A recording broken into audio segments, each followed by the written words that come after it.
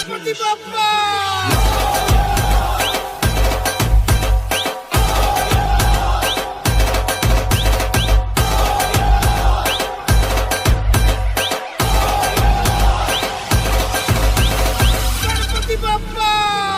Okay hello friends, मेरा नाम संजय है और मैं नन्हे कदम एनजीओ को रिप्रेजेंट करता हूँ। जैसे आप लोगों ने हम लोग के पिछले 2 वीडियोस में देखा था कि हम लोग छोटे छोटे सोशल एक्सपेरिमेंट्स करते हैं। आज के यूथ से कुछ क्वेश्चंस पूछते ताकि उनको कितना पता है वो हम लोगों को भी पता चले या लोगों को कुछ अलग मैसेज हम लोगों को पहुँचा सकें। तो आज हम लोग ये छोटा सा एक्सपेरिमेंट करने वाले, जैसे हम लोग को पता है गणेशोत्सव का माहौल चल रहा है और गणपति सबके लिए रिद्धि सिद्धि लेकर आते हैं, विघ्नहर्ता जिनको बोला जाता है।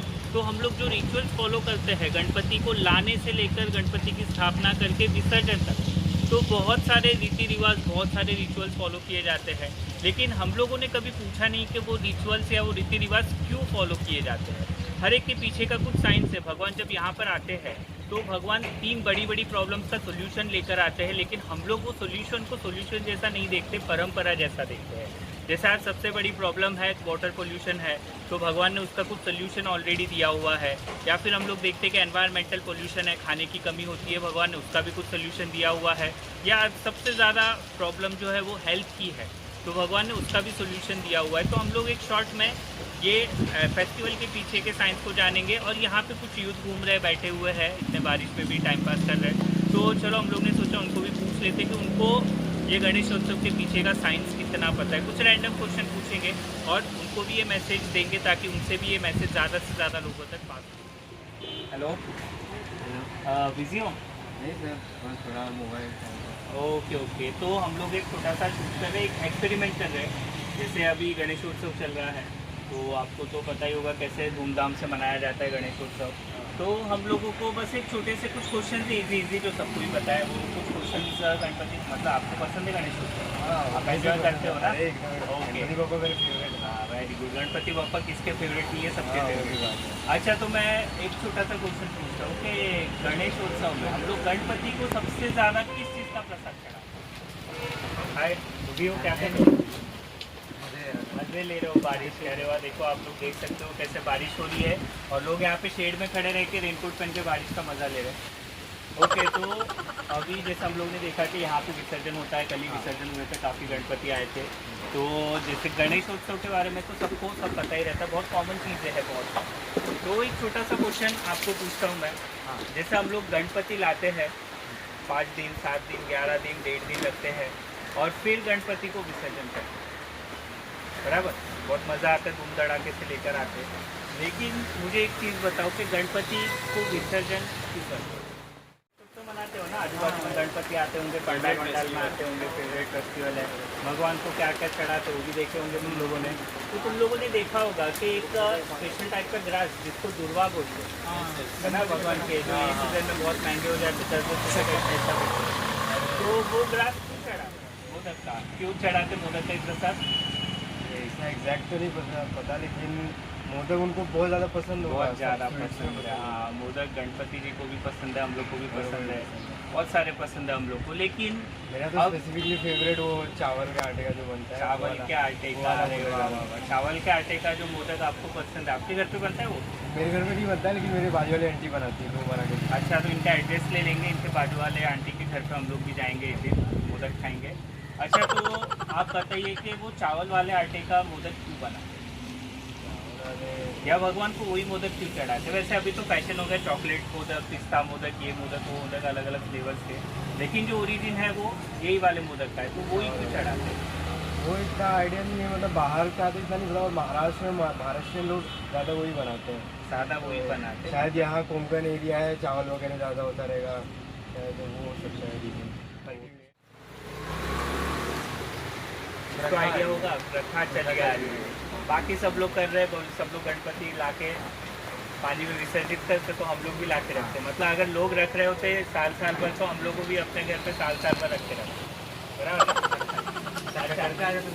करते आ रहे, इसीलिए सब लोग कर रहे हैं, तो हम लोग भी कर रहे हैं। मे बी उनको वो पसंद हो या फिर उसके पीछे रीज़न हो, लाइक मोदक चढ़ाते हैं, दुर्वा चढ़ाते हैं, फूल उनके साथ वही दुर्वा भी इंक्लूडेड हो। मतलब दुर्वा कलर में मैच हो जाए। नहीं नहीं वैसा नहीं हो सकता है। या फिर एक और रीज़न हो सकता है कि उनका सर जो है वो हाथी का है, तो हो सकता है उनको फेवरेट हाँ लाइक हाँ, एलिफेंट मतलब वो सीट हाँ, तो मतलब इसलिए उनको आधे झाड़ और आधे मोदक पसंद है। हाँ शायद इसलिए। अब हम लोग इसका थोड़ा सा साइंस जानते हैं कि हेल्दी क्यों। अब जैसे हम लोग ने देखा कि भाई वहाँ का लोकल जो है खाना वही उन लोग बनाते हैं ताकि हेल्दी रहे। लेकिन जब हम लोग मोदक बनाते हैं तो मोदक में दो बेसिक इंग्रेडिएंट्स का यूज़ होता है, जो होता है नारियल और गुड़, जैगरी जिसको बोलते हैं हम लोग। तो नारियल और गुड़ जब मिक्स होता है और उसको जब हम लोग राइस के आटे में बॉईल करते हैं तो वो एक ऐसा फूड बनता है कि बेसिकली हम लोगों को हेल्दी रहने के लिए, जैसे अभी ये सीज़न में गणपति आते हैं जहाँ पे वायरस रहते हैं, बहुत सारे फ्लू फैलती है, बारिश का मौसम होता है, तो ये सीज़न में ये जो गुड़ वाला है या फिर ये जो राइस वाला मोदक है, ये खाने से हम लोग का इम्यूनिटी पावर बूस्ट होता है। हम लोगों में अलग अलग तरह के मिनरल्स, कैल्शियम, विटामिन्स मिलते हैं। और सबसे इम्पोर्टेंट जो मैं बताता हूँ, लोग ज़्यादा करके जिम क्यों जाते हैं? पतले होने के लिए, डाइट। तो भगवान ने हम लोगों को उसका नुस्खा पहले ही दे दिया है कि जैगरी और नारियल दोनों में भी ये प्रॉपर्टी होती है कि हम लोग के ब्लड को डिटॉक्सीफाई कर सकता है, प्लस हम लोगों का बेली फैट, सबसे इम्पोर्टेंट चीज़ के बेली फैट को कम कर सकता है। तो अगर आप एक मील स्किप करके सिर्फ मोदक खा लो 11 दिन तो नेचुरली बेली फैट कम हो जाएगा। तो भगवान ने एक ये मतलब अपने एक पसंद से या अपने से एक मैसेज देने का ट्राई किया हम लोगों को कि हम लोग अगर ये चीज़ या फिर इतना हेल्दी चीज़ खाएंगे, ये तो उन्होंने एक एग्जांपल जैसे बताया कि मोदक खाओ और अपनी हेल्थ बनाओ, तो ये हेल्दी बहुत ही होता है। तो इसीलिए ये राइस फ्लोर वाले जो मोदक होते हैं ये बहुत ही ज़्यादा गणपति को पसंद है। बट एक छोटा सा साइंस है इसके पीछे, ठीक है। जैसे हम लोगों ने देखा कि आज सबसे ज़्यादा ज़रूरत या सबसे ज़्यादा चीज़ की टंचाई चाहिए वो है पानी। वाटर पोल्यूशन हो रहा है रिवर्स में, लेक में, सीज में वाटर पोल्यूशन होता है बहुत सारा। लेकिन जो पहले के लोग थे और या पहले की जो मूर्तियाँ बनती थी गणपति की, वो बनती थी मिट्टी से। अब जैसे हम लोग देखते पीओपी की बनती है, तालाब के नीचे रह जाएगी, जब तालाब सूख जाएगा आधी मेल्ट हुई आगे की पिघली हुई मूर्ति वापस से बाहर निकाल के कचरे में डालेंगे। लेकिन पहले ऐसा नहीं होता था, पहले वो मिट्टी डाली जाती थी, मिट्टी के गणपति बनते थे जो पूरी तरह से मेल्ट हो जाते थे, पूरी तरह से विसर्जित होकर पूरी तरह से पिघल के नीचे सेटल हो जाते थे। तो वो जो मिट्टी होती है ना, स्पेशल काइंड की होती थी। विलेजेस में जो मिट्टी होती है नॉर्मल वाला, ऐसा भी नहीं कि कुछ बनाते थे, जो विलेजेस के ग्राउंड्स में मिलती है, फील्ड्स में मिलती है, वो मिट्टी का एक पावर रहता है। वो मिट्टी क्या करता है कि वाटर को प्यूरीफाई करता है, जो भी इम्प्योरिटीज़ वाटर में रहती है वो मिट्टी उसको एब्जॉर्ब कर लेती है। तो इससे क्या होता है कि जब भी उन लोग विसर्जन करते थे तो ये जो सीज़न है रेनी सीज़न, ये रेनी सीज़न में पानी एकदम मडी हो जाता था, एकदम कचरा आ जाता था, पानी का लेवल बढ़ जाता था। तो उसकी वजह से क्या होता था, पानी गंदा होने की वजह से जब इतने सारे गणपति का विसर्जन होता था तो पूरा का पूरा कचरा नीचे सेटल हो जाता था और वापस से रिवर में क्लीन वाटर हम लोगों को मिलता था। जो दुर्वा है ना, तुम जब भी अगर नेट पे सर्च करोगे तो ये दुर्वा को एक इन्वेसिव प्लांट बोला गया है। इन्वेसिव पता है, जो दूसरों पे अटैक करते हैं।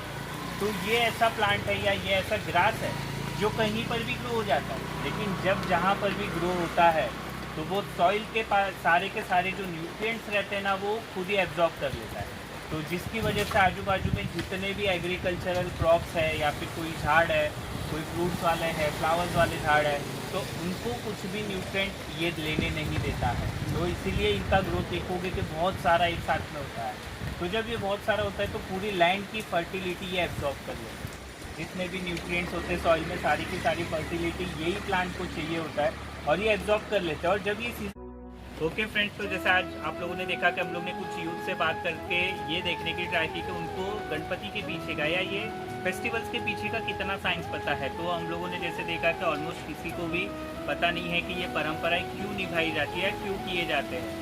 तो हम लोगों का वीडियो बनाने का यही एक था कि आप लोगों को भी ये साइंटिफिक चीज़ें पता चले कि हम लोग ये जो रिचुअल्स फॉलो कर रहे हैं वो क्यों कर रहे हैं, और आप लोगों में भी ये हैबिट कल्टीवेट हो जाए कि हम लोग कोई भी चीज़ जब फॉलो करते हैं तो उसको ब्लाइंडली फॉलो करने से अच्छा उसके पीछे का साइंस जान ले, तो शायद हम लोग और अच्छे तरीके से कर सकें।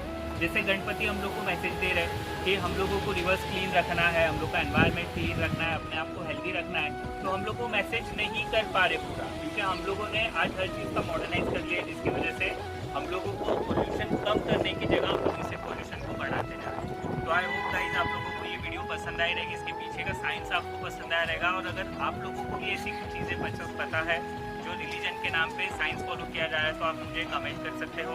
और आप लोगों को अगर ये वीडियो अच्छी लगी हो तो लाइक करो, कमेंट करो, शेयर करो, ज़्यादा से ज़्यादा शेयर करो और ज़्यादा से ज़्यादा कमेंट करो, ताकि मुझे पता चले कि आप लोगों को और आगे क्या देखना है, या आप लोगों को और कुछ पता होगा तो हम लोग के साथ वो नॉलेज शेयर कर सकते हो। और जब ज़्यादा से ज़्यादा शेयर होगा तो शायद अगले साल से हम लोग एक छोटा सा कैंपेन जैसा कर सके कि जो पोल्यूशन हम लोग क्रिएट कर रहे हैं, तो पोल्यूशन कम करके भगवान जो एक्चुअली हम लोग को बताना चाहते हैं, हम लोग उसी मैसेज को पकड़ के एनवायरनमेंट फ्री गणेशोत्सव मना सकें। सो थैंक यू गाइस, और वीडियो को लाइक करो, शेयर